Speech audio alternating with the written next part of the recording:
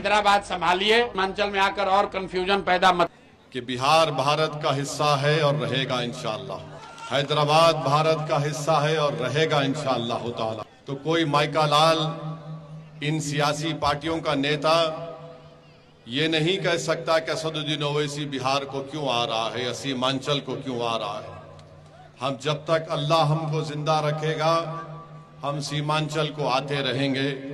कोई माइका लाल अगर हिम्मत है तो रोक के दिखाए हमको। और हम क्यों आते हैं आपको बताते हैं।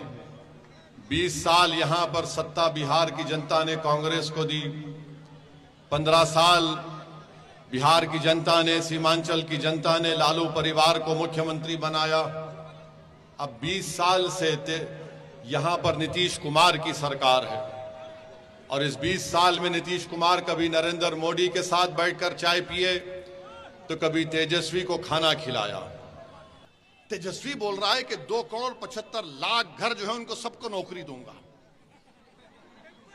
अब आप तो सोचिए, बिहार की जनता, सीमांचल की जनता इतनी भोली नहीं है कि तुम आकर लंबा छोड़ दो और वो कबूल कर ले। अच्छा, आपको मालूम, अगर चलिए मान लिए कोई यहां से उठ के बोलेगा ओवैसी तुम्हारे को क्या तकलीफ हो रही है, देगा वो। अच्छा देगा ना, कितना पैसा लगेगा? अभी अगर वो 2,75,00,000 लोगों को नौकरी देगा तो कम से कम 25,000 तो देना पड़ेगा ना 25,000। अब तुम उसका हिसाब कर लो, उसके लिए पैसा पड़ेगा 8,28,000 करोड़ रुपए। 8,28,000 करोड़ रुपए। पूरा बिहार सरकार का बजट कितना है? सालाना 2 लाख करोड़ का। ये कहां से लाएंगे बाबा तुम 6 लाख? पैसा तो झाड़ पे नहीं उगता ना।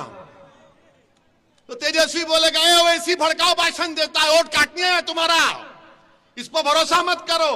अरे बाबा तुम बताओ तो सही, कहां से लाओगे, किधर से लाओगे, किधर से लाओगे आप? क्या अच्छा फिर बोलते कि अगर कोई सुनो बैठो, अगर कोई ये बोलता है कि इंटर्नशिप में हम नौजवान को फैक्ट्री में इतना पैसा देगा, कौन सी फैक्ट्री है यहां पर वो तो बता दो प्यारे, कौन को बता दो ना। कुछ नहीं है मगर आकर बोल दिए। अच्छा आप ये बताइए, वक्फ का कानून पार्लियामेंट में बनता है ना, देश के लिए बना पार्लियामेंट में, बिहार सरकार ने तो नहीं बनाया। अगर बिहार सरकार बनाती तो दूसरी सरकार आके खत्म कर देती। मैं कह रहा हूं कि वक्फ का कानून काला कानून है। ये कह रहे हैं कि हम आएंगे तो कानून को बंद कर देंगे। कैसा बंद करेंगे? अरे पूरे देश का बना हुआ है बाबा। अगर तुझे नहीं मालूम तो कोई वकील को बिठाकर सुन ले, समझ ले, उसके बाद कुछ बोल दे। और फिर आप इस तरह की बात करके चले जाते हैं। मेरे अजीज दोस्तों और बुजुर्गों, मैं आपको बता रहा हूं, मैं ठाकुरगंज की जनता को पैगाम दे रहा हूं, आप मेरी बात को गौर से सुनिए।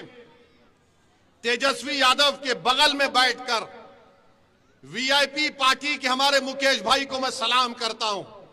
उन्होंने अपनी समाज के इत्तेहाद पर पूरा भरोसा करके कहा कि मल्ला समाज तेजस्वी के साथ है। अगर हमको सत्ता मिलेगी तो मल्ला समाज पूरे बिहार में 3% है, उप मुख्यमंत्री मैं बनूंगा।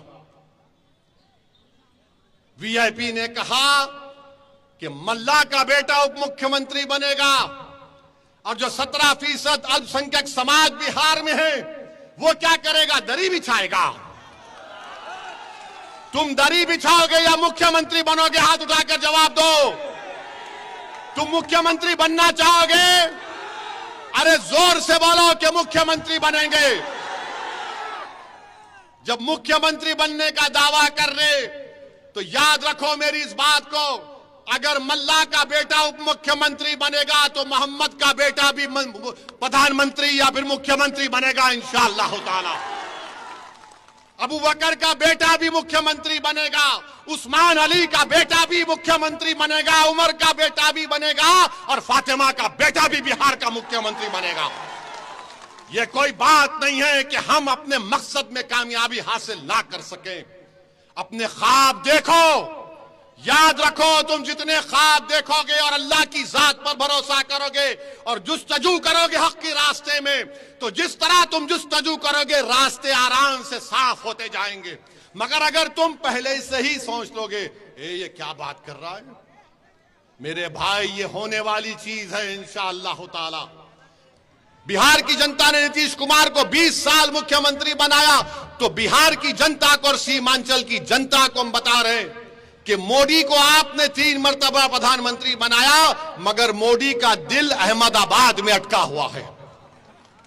लालू परिवार को आपने 15 साल मुख्यमंत्री बनाया, उनका दिल अपने सिर्फ एक ही बेटे के ऊपर अटका हुआ है।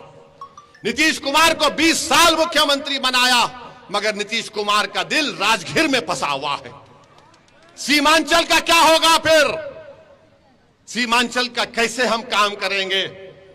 मेरे भाई, हम आपसे बता रहे हैं, अगर आप यहां से 11 तारीख को हसनैन साहब को अपना विधायक बनाएंगे, ओवैसी आपसे वादा करके जा रहा है इंशाअल्लाह ताला ठाकुरगंज ब्लॉक के रसिया पंचायत के भाद गांव में जाने वाली सड़क को आजादी से नहीं बनाया गया।